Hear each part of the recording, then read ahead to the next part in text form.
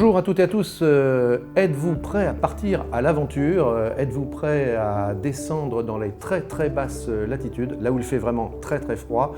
En bref, êtes-vous prêts à rencontrer un explorateur? Eh bien si oui, restez avec nous, c'est tout de suite ce que vous proposent Now Coworking et PNTV, avec toujours, comme de mois en mois nous le faisons là depuis quelques temps, ce fil rouge du rebond après l'échec.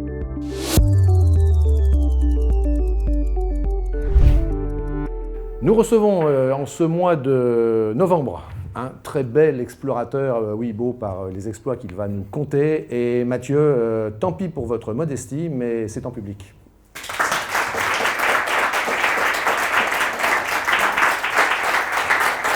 Alors, Mathieu, vous voyez déjà comme nous nous approprions l'exploit, puisque je vous appelle déjà Mathieu, alors qu'on ne se connaît pas beaucoup, Mathieu Torder. Son dernier fait d'armes à Mathieu Torder, je me tourne aussi vers le public, c'est d'avoir en 2019 rallié le pôle Sud, et ça a fait de lui le premier au monde et le premier français, dans la catégorie qu'est la sienne, c'est-à-dire en solitaire, sans ravitaillement et sans assistance. Qu'est-ce qu'il en reste là, juste en quelques mots, après ces quelques mois qui ont passé, à aller de droite et de gauche raconter à divers publics cet exploit? C'est vrai que c'est assez marrant parce que c'est une expédition qui était en solitaire et c'est vrai que depuis que je suis rentré, depuis le mois de janvier, eh bien, j'ai pas mal tourné en faisant des conférences à la fois dans le monde de l'entreprise mais aussi chez les plus jeunes, dans le milieu scolaire, chez les collégiens, les lycéens et parfois même les primaires. Et donc c'est vrai que moi c'est une activité que j'avais pas totalement envisagée avec cette expédition parce que c'est vrai que j'ai fait beaucoup d'interventions. Mais j'adore le faire parce que ça donne du sens justement à cette grande aventure qui était, comme je l'ai dit, tout seul. Donc là aujourd'hui je suis très entouré parce que je la partage auprès d'un public très large et très varié. On était tout récemment, c'est l'époque au départ de la Transat Jacques Vabre au Havre, et puis j'ai eu l'occasion d'interviewer un certain nombre de skippers. Je m'aperçois d'une chose maintenant, c'est que ces grands sportifs, dont tu fais partie, alors qu'il y a quelques temps, ils avaient du mal, hein, quand on arrivait avec une caméra et un micro, on avait l'impression qu'on leur faisait mal. J'ai l'impression maintenant que, je sais pas, est-ce qu'ils sont coachés, est-ce qu'il y a du training, bref, vous avez l'air d'être tous de plus en plus à l'aise face aux médias, parce que les médias, c'est une nécessité. Mais je crois qu'il faut s'en servir, c'est un peu à double tranchant, parce que parfois on raconte pas exactement l'histoire qu'on a envie de raconter, parce que on ne prend pas forcément le temps de bien expliquer l'aventure en question. Mais je crois qu'aujourd'hui, c'est devenu essentiel de partager ce genre d'aventures. Elles sont belles parce qu'elles sont partagées, parce qu'elles sont vécues en direct. Aujourd'hui, avec la technologie qu'on a, on peut suivre une aventure quasiment en temps réel avec les connexions qu'on peut avoir, satellites ou autres. Donc je pense que c'est très lié justement à la nouvelle façon de raconter les histoires. Et puis aussi, je pense que notre activité d'aventurier ou de sportif, elle est assez liée finalement à celle d'un entrepreneur. Parce que quand on monte une expédition comme la mienne, par exemple, en Antarctique, on va en parler aussi, bien sûr. Oui. Voilà, il faut des moyens, il faut communiquer, on travaille avec des partenaires, des sponsors, donc il faut être compréhensible de tous et justement faire preuve de pédagogie et de partager ces aventures-là. Donc je ne sais pas si maintenant on est tous devenus des communicants, mais c'est vrai qu'on est de plus en plus à vouloir partager nos aventures parce qu'elles suscitent un engouement, de l'intérêt et donc autant essayer d'en parler le mieux possible. Quelques mots rapides, on trouve beaucoup de choses sur Internet, bien sûr, sur toi. Tu es né, je le rappelle, en 1991, tu es rouennais d'origine. Alors aujourd'hui, outre explorateur, tu es aussi auteur, conférencier, réalisateur, tout cela va de pair. Et puis alors, c'est ton dernier fait d'armes, d'avoir rallié le pôle Sud, mais avant, tu as fait plein de choses. Tu as fait le tour du monde en 4L, tu as fait un marathon en Corée du Nord, tu as couru 250 km dans le Sahara, tu as traversé l'Atlantique à la voile. À tout juste 27 ans, tout ça fait beaucoup. C'est vrai, quand je me retourne, ça fait beaucoup d'aventures. Et je l'explique en fait par une raison qui est assez simple. En fait, j'ai commencé assez jeune, j'ai commencé juste après mon bac. Et j'ai fait des études au cours desquelles j'avais toujours beaucoup de temps l'été. Alors moi, mes copains qui étaient en fac de médecine ou embarqués dans d'autres études me regardaient un peu avec des yeux de jalousie un petit peu ou d'envie, je ne sais pas, mais c'est vrai que moi j'avais 4 mois de vacances tous les étés. Et donc en fait ce que je faisais au départ, c'est que je travaillais en tant que serveur dans un resto de plage. Je me souviens, c'était au Havre, dans un restaurant qui s'appelait le Château de Sable. Et j'étais serveur, je servais des moules frites et des bières et des pêches à l'eau et tout ce qu'on peut servir dans un resto de plage. Et je gagnais un peu de sous. Et puis après je partais sur les mois et les semaines qui me restaient. Je partais à l'aventure, je partais à vélo. Ma première aventure était une aventure à vélo à travers l'Europe, où je suis parti juste après mon bac traverser une partie de l'Europe, de Budapest en Hongrie jusqu'à Istanbul en Turquie. Et donc c'est vrai que les aventures se sont un peu enchaînées, mais au départ elles demandaient peu de moyens parce qu'évidemment j'en avais pas. Et puis même encore aujourd'hui j'en ai pas. Je travaille avec des partenaires et des sponsors pour financer ces grandes aventures. On s'arrête quelques instants sur les mots et leur sens. Quand on parle de toi, on utilise souvent deux termes. On utilise le terme d'explorateur, on utilise également celui d'aventurier. Ouais. Alors, question, tu es un explorateur ou tu es un aventurier, ou peut-être serais-tu les deux? Et alors, tu vas nous expliquer. Alors, c'est une excellente question. C'est vrai que le mot explorateur, il est un peu galvaudé, je trouve, aujourd'hui, parce que moi, je ne me considère pas, par exemple, comme un explorateur. Je pense qu'un explorateur, aujourd'hui, c'est quelqu'un qui va aller explorer quelque chose de nouveau. Alors aujourd'hui, l'exploration géographique, elle est quasiment terminée. Hein. Il en reste avec le spatial. Hein. Il y a plein de choses qu'on ne connaît pas. Jusqu'au fond des océans aussi. Exactement. Ouais. Donc il y a l'espace et puis il y a aussi les fonds marins qu'on méconnaît. Et puis après, il y a toute l'exploration qui se passe au niveau de l'infiniment petit, c'est-à-dire du chromosome, de l'atome. Donc dans la science, il va y avoir beaucoup d'exploration encore à faire. Mais moi, dans mes activités, aujourd'hui, j'ai pas eu d'activité d'exploration. Quand je suis allé au pôle Sud, il y avait déjà une base scientifique au pôle Sud. J'ai rien découvert en allant en Antarctique. Donc tu n'es pas vraiment un explorateur? Alors non, moi je me considère pas véritablement Alors, est-ce que tu es un aventurier? Un explorateur, mais plus justement comme un aventurier, dans le sens où moi je vais vivre des aventures incertaines parce que j'en connais pas exactement l'issue. Il va falloir trouver des solutions, il va falloir s'adapter, il va falloir rebondir quand on subit des échecs. Donc l'idée, c'est de se lancer dans une aventure et de voir un petit peu comment on va en ressortir et quelles histoires on va pouvoir partager avec cette expédition, cette aventure-là. Mais l'exploration, en tout cas, pour le moment, j'en ai pas fait la preuve réelle, tangible, parce que j'ai rien exploré finalement. À part peut-être mon propre potentiel. Donc je ne sais pas si ça fait de moi un explorateur, mais aujourd'hui, je me considère plus comme un aventurier. Même si je fais partie d'une société qui s'appelle la Société des explorateurs français, mais au sein de laquelle il n'y a pas que des explorateurs. Alors le mot aventurier, quelquefois, il est connoté de manière un petit peu négative. Hein. C'est peut-être, ouais. Celui, quelquefois, qui prend des risques un peu inconsidérés, ce qui n'est pas du tout ton cas, puisque l'expédition de 2019 a été évidemment mûrement préparée. Qu'est-ce qu'il en reste de cette aventure 2019 ? Allez, l'image la plus évidente que tu as là, dès que tu y penses, tu vois quelle image ? Je vois du blanc, c'est un peu évident, mais l'Antarctique, c'est un continent qui est immense. Ouais, mais pour toi, tu vois plutôt du plaisir, tu vois plutôt de la souffrance ? C'est un mélange des deux. Je pense que Tu as souffert ? J'ai souffert, ouais. J'ai souffert parce que les conditions cette année, elles ont été très compliquées. Alors l'Antarctique, les conditions sont évidemment compliquées parce que c'est un continent qui est le plus froid, le plus sec, le plus venteux de la planète. Donc évidemment, on ne peut pas s'attendre à des conditions super simples quand on se dirige vers ce continent. Mais il se trouve que cette année, il a fait extrêmement chaud. Alors relativement chaud parce qu'il faisait toujours moins de 0 degré. Mais le fait qu'il fasse chaud, ça voulait dire qu'il y avait des masses en fait, d'air chaud au-dessus de l'Antarctique, en tout cas l'Antarctique de l'Ouest, là où je me trouvais, et que ces masses d'air chaud, elles contenaient beaucoup d'humidité, et que cette humidité, en fait, elle s'est transformée en neige et qu'elle est tombée sur le continent. Et ça, en fait, ça s'est transformé pour moi en une surface qui était très molle, donc j'avais 30 ou 40 cm de neige fraîche, de neige poudreuse sous les pieds, alors qu'il n'est jamais censé neiger en Antarctique. Et donc, en fait, cette neige molle, elle m'a énormément ralenti parce que le traîneau que je tirais, qui pesait 115 kg, et c'était une enclume qui s'enfonçait dans la neige, mais ski aussi, et j'ai été beaucoup plus lent que ce que j'avais prévu, alors que j'avais que 50 jours de nourriture et qu'il fallait que je compose avec cette limite finie, limitée de nourriture.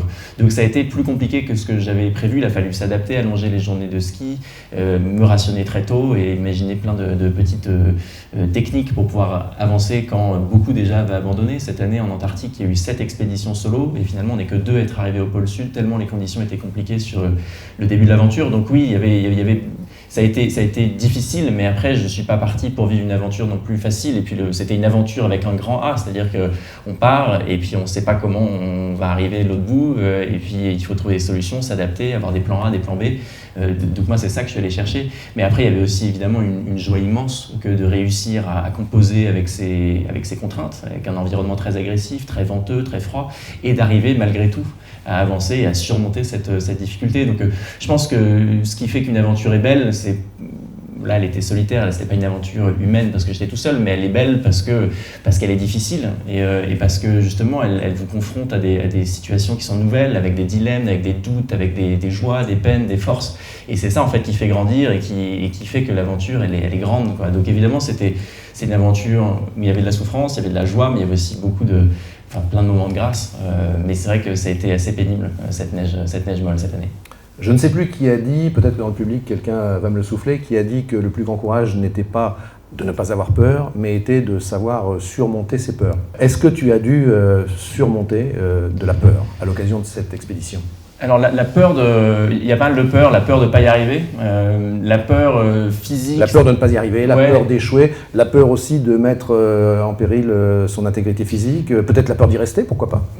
Pourquoi pas? Après, moi, j'aime trop la vie pour m'en remettre à des situations complètement incertaines. En fait, de l'extérieur, on pourrait penser que cette expédition en solitaire, où je suis parti de la côte du continent antarctique jusqu'au pôle sud, donc sans assistance, c'est-à-dire sans voile de traction, sans véhicule à moteur, sans chien de traîneau, donc uniquement à la force des jambes, et sans ravitaillement, ce qui voulait dire qu'il n'y avait pas de nourriture qui était disposée sur les 1150 km de long de l'expédition.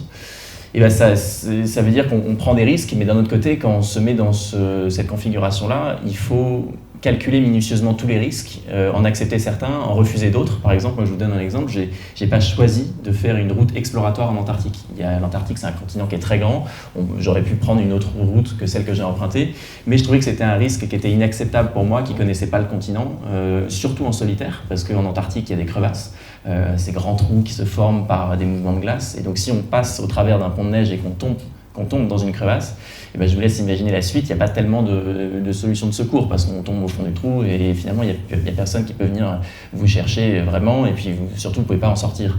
Donc sur une route exploratoire, les risques ils sont multipliés par 10 alors que sur une route qui a déjà été faite auparavant, j'avais un retour d'expérience des précédentes expéditions et je savais où étaient les plus grands champs de crevasses, je savais à peu près comment les contourner, où passer et donc mon job c'était véritablement de bien suivre la route que je m'étais tracée sur mon GPS et puis évidemment d'être attentif à l'endroit où je mettais les pieds.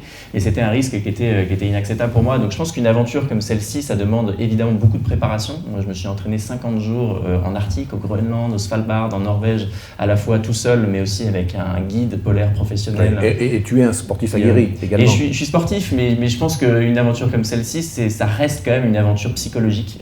Moi, je dis souvent que c'est 30% dans les jambes, 70% dans la tête.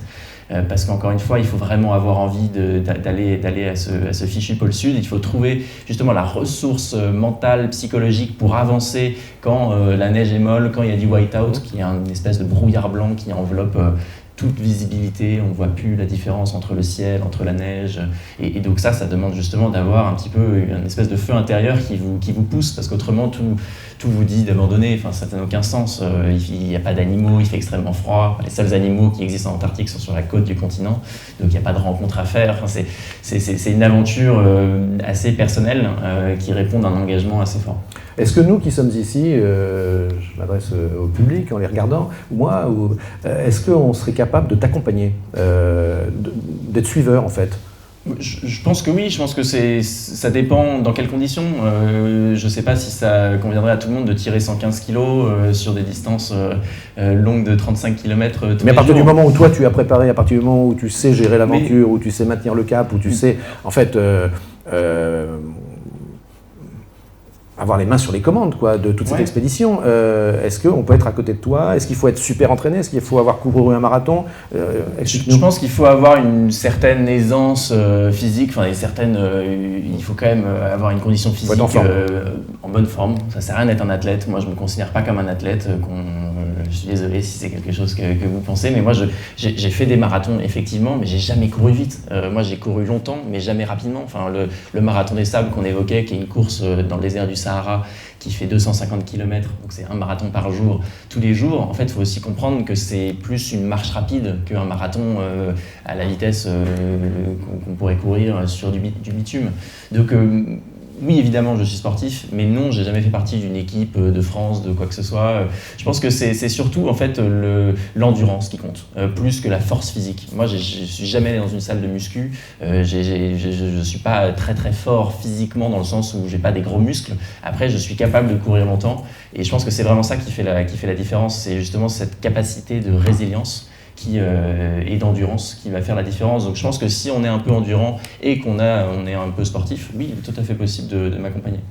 As-tu conscience d'avoir pris un risque? Ou bien l'expédition était tellement préparée que finalement tout se déroulait conformément au plan de route? J'ai pris un risque un peu inconsidéré qui est lié à pas mal de choses. Le premier jour, où en fait, pour monter sur le continent antarctique, moi je suis parti de la côte, donc du niveau de la mer.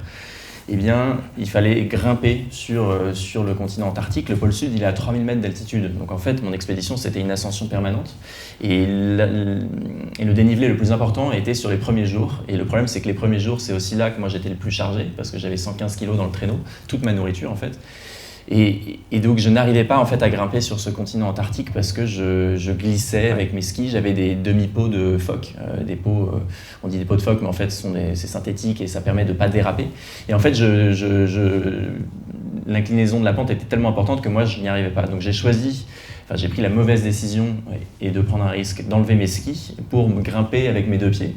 Le problème quand on fait ça, c'est que le poids il est réparti sur vos deux pieds, il est plus réparti sur 2 mètres de ski.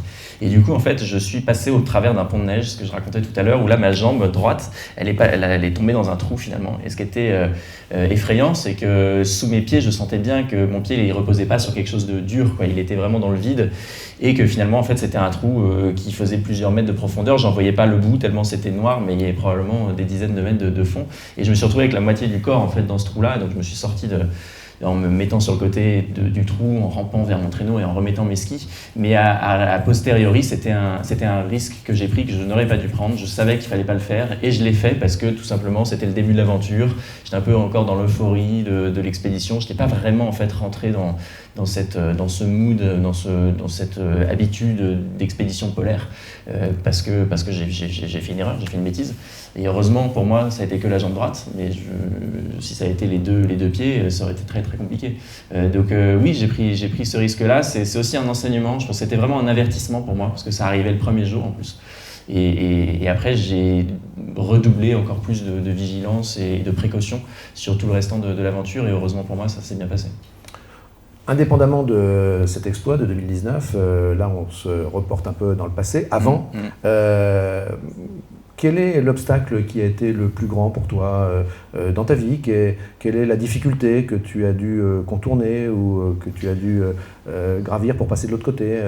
C'est pas forcément évident comme question, je fais appel à tes souvenirs. Non, mais il y en a une. Moi, j'ai longtemps eu du mal à assumer que je voulais être aventurier. En fait, c'est venu d'où d'ailleurs? Attends, on va revenir à ta réponse, mais c'est venu d'où ça, le fait d'avoir voulu être aventurier? D'assez loin. Moi, quand je creuse véritablement, j'essaie de m'interroger. J'ai été scout pendant 10 ans en Normandie, donc je pense que ça m'a formé à pas mal de choses, à me rapprocher de la nature, à vivre avec elle, à faire des feux, à camper dehors. Enfin, ça a été une part de ma formation. Pour autant, tous les scouts qui étaient tes copains ne sont pas allés au pôle Sud. C'est vrai. Et je pense que si je remonte encore avant les scouts, il y a eu les lectures de Tintin. Moi, je le raconte assez régulièrement, mais j'étais un fou furieux de Tintin en étant jeune. Je le suis un peu moins, mais je suis encore très sensible par les aventures de Tintin et Milou.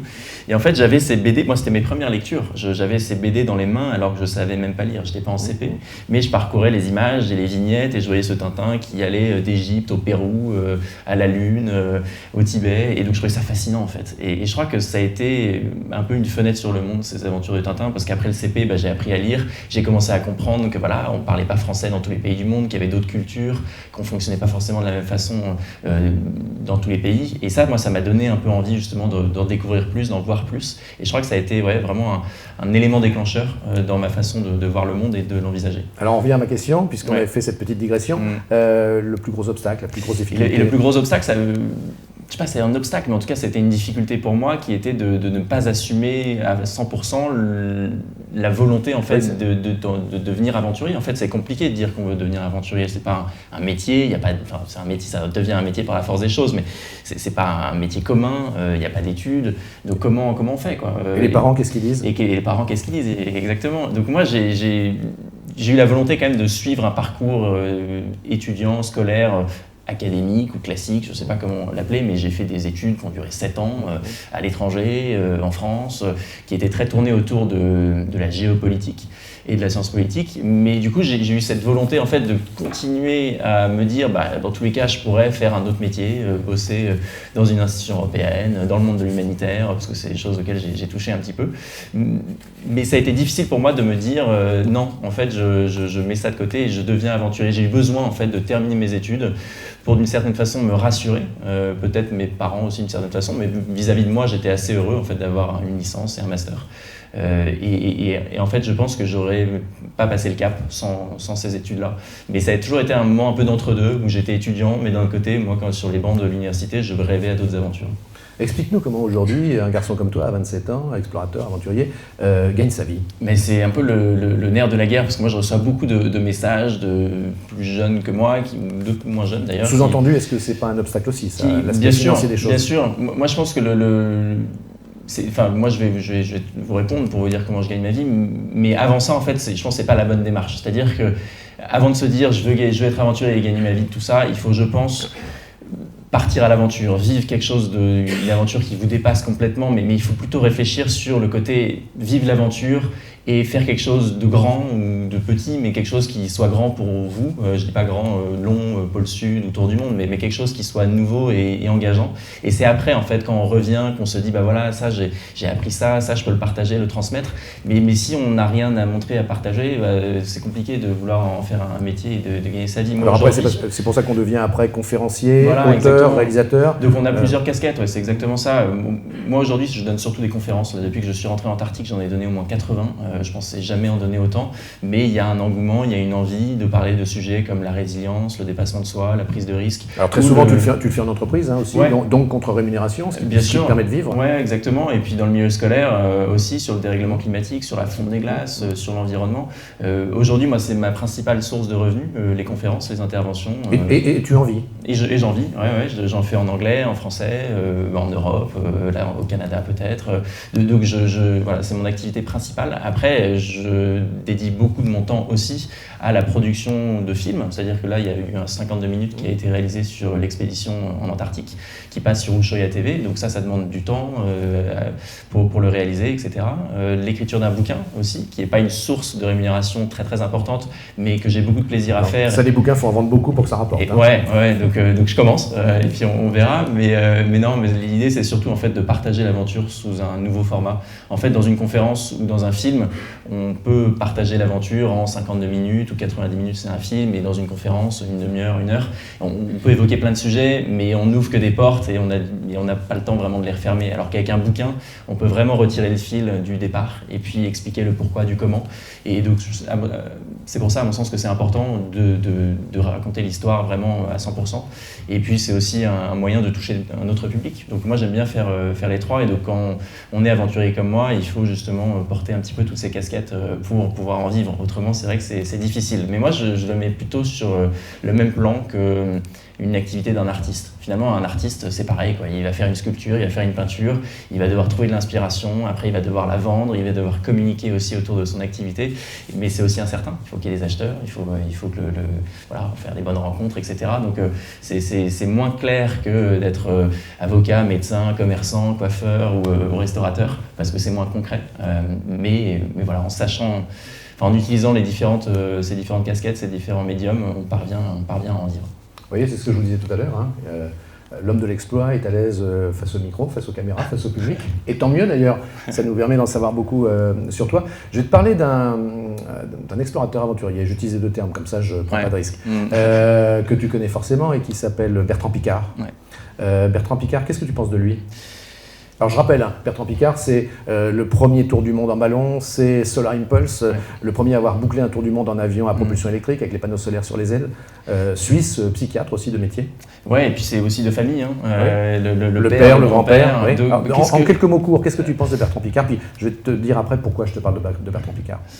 En très court, c'est difficile, mais très rapidement. Une idée comme ça, un flash? Moi, je pense que c'est quelqu'un qui a su parler aux entreprises, qui arrive à adapter son discours vers l'avenir, vers le futur, parce qu'encore une fois, un tour du monde en avion solaire, c'était quelque chose d'inimaginable pendant des années. Donc c'est quelqu'un qui a de la vision et qui, d'un autre côté, sait très très bien partager et faire parler de cette aventure-là. Donc c'est quelqu'un qui est un très très bon communicant et un visionnaire. C'est très amusant que tu me parles de la vision, parce que Bertrand Piccard nous dit ce qui manque à nos politiques aujourd'hui, c'est la vision. Ouais. Et justement, il dit que l'explorateur est quelqu'un qui a une vision, contrairement à beaucoup de nos dirigeants, encore une fois, qui selon lui en manquent.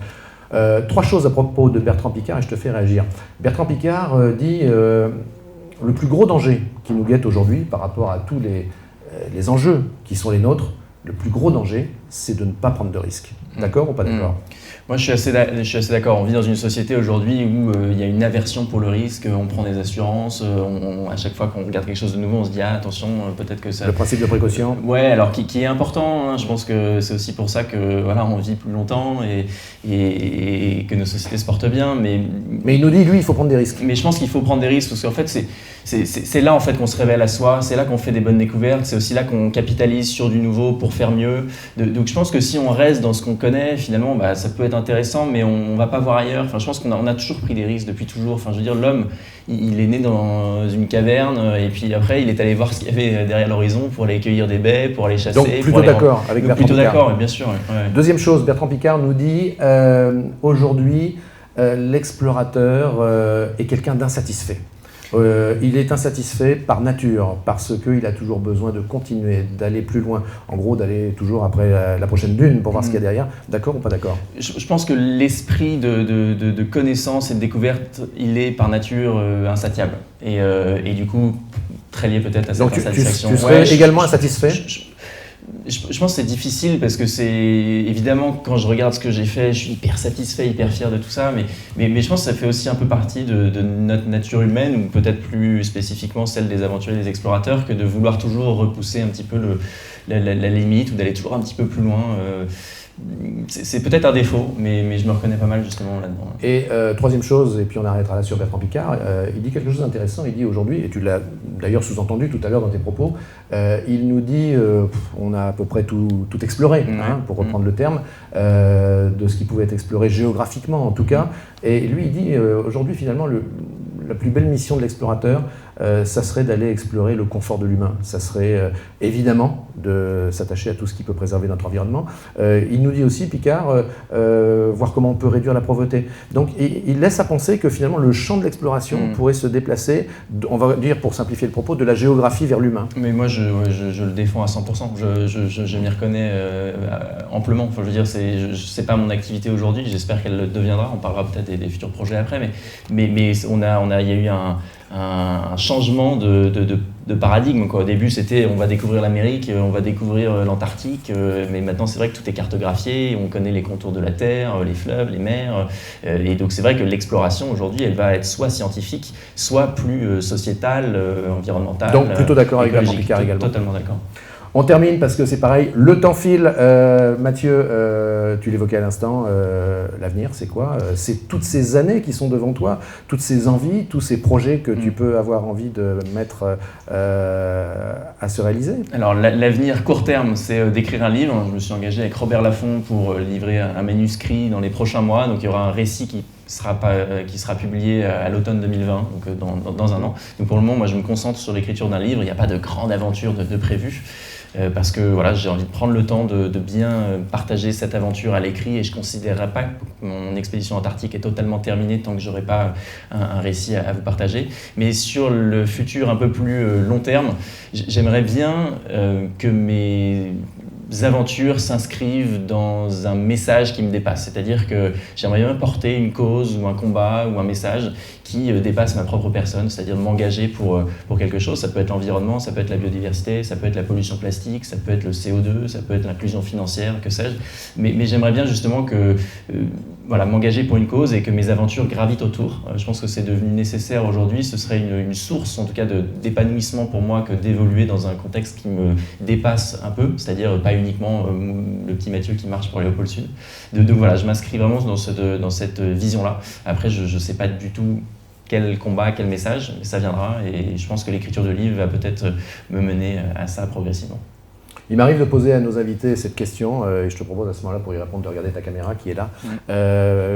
De manière très synthétique, très courte, dans ce monde qui change beaucoup, ce monde qu'on ne comprend pas toujours, ce monde qui présente des risques, avec l'expérience qui est la tienne du haut de tes 27 ans et de tout ce que tu as fait jusqu'à présent, qu'est-ce que tu as envie de nous dire, mais de manière assez rapide et simple et concrète, comme proposition d'idées, comme recommandation, comme suggestion? Moi, je pense qu'on a tous une zone d'influence, alors qu'on soit aventurier, qu'on soit commerçant ou qu'on ait un métier quel qu'il soit, et qu'il faut essayer d'être le plus possible acteur sur sa zone d'influence. Je veux dire par là qu'on est tous dans le même bateau, je pense un petit peu à l'environnement, l'écologie, et qu'on a tous un peu un levier d'action en tant que consommateur, en tant que dirigeant, en tant que salarié, en tant que stagiaire, je sais pas, on a tous une zone d'influence, et donc je pense qu'il faut justement cultiver un petit peu ça, pour essayer de faire un peu une différence au quotidien et d'être le plus possible explorateur de son propre métier, de son propre potentiel. Et voilà, moi, je parle avec des mots qui me conviennent parce que je fais partie du monde de l'aventure et de l'exploration, mais je crois qu'on peut tous être un petit peu explorateurs de notre propre métier ou notre propre activité. Il y a plein de choses, plein de questions qu'on avait encore en stock. J'en ai plein mes fiches là et malheureusement je suis obligé de te poser les 2 dernières questions traditionnelles ici chez Now Coworking pour J'ai rendez-vous avec. Qui verrais-tu à ta place prochainement que l'équipe de Now Coworking pourrait inviter? Alors moi je verrais bien à ma place un jeune aussi qui s'appelle Jérémy Zillette, qui est un photographe animalier qui vient de gagner un prix de reconnaissance sur ses photos par le musée d'histoire naturelle de Londres, et qui lui fait des photos dans le blanc. Alors c'est un aventurier à sa façon, parce que lui il va s'isoler dans des environnements polaires pour aller photographier des animaux, et parfois il reste immobile pendant des semaines. Donc moi je suis peut-être un aventurier qui a la bougeotte et qui suit dans le mouvement. Lui c'est plus un aventurier de l'image et un aventurier immobile, mais il a plein de choses à dire aussi. Seconde question traditionnelle pour conclure le format. Nous recevrons le mois prochain, alors on repasse dans le monde de l'économie, le mois prochain, on recevra la dirigeante de CCI Productions, Isabelle Guillaumard. Elle a énormément de choses à nous dire. Elle a notamment créé Osalis en 2017. C'est une marque de cosmétiques pour les femmes qui ont été atteintes d'un cancer. Elle a elle-même d'ailleurs été touchée par la maladie. Quelle question aurais-tu envie de lui poser ? Une question un peu peut-être liée justement à l'économie liée autour du cosmétique. On sait que c'est une industrie qui est assez polluante. Est-ce qu'aujourd'hui, il y a des vraies solutions justement qui sont en place? Est-ce que son entreprise justement met en place des techniques pour être moins polluante, plus respectueuse de l'environnement? Moi, je serais assez curieux de voir comment aujourd'hui des chefs d'entreprise s'inscrivent dans cette démarche plus durable et savoir si cette entreprise l'est. Voilà, en revenant vers le monde de l'économie, on repassera aussi à tout ce qui est financier. On aurait aimé aussi te poser plein de questions sur le financement, sur les difficultés liées aussi à cet aspect de la question. Ça sera pour une prochaine fois, à n'en pas douter. Merci, un grand merci, Mathieu Torder, explorateur, aventurier, homme d'action, homme qui réfléchit sur le monde et puis qui a envie aussi d'agir et d'influencer sur notre destinée. Et ça, on en a besoin et le public t'applaudit évidemment. Merci. Voilà, et nous on se retrouve dans un mois, ici, en public, dans les locaux de Now Coworking, avec une production PNTV. Comme d'habitude, un programme qui a été préparé par Ludivine Bunel et qui est réalisé par Adrien Pulby. À bientôt, au mois prochain.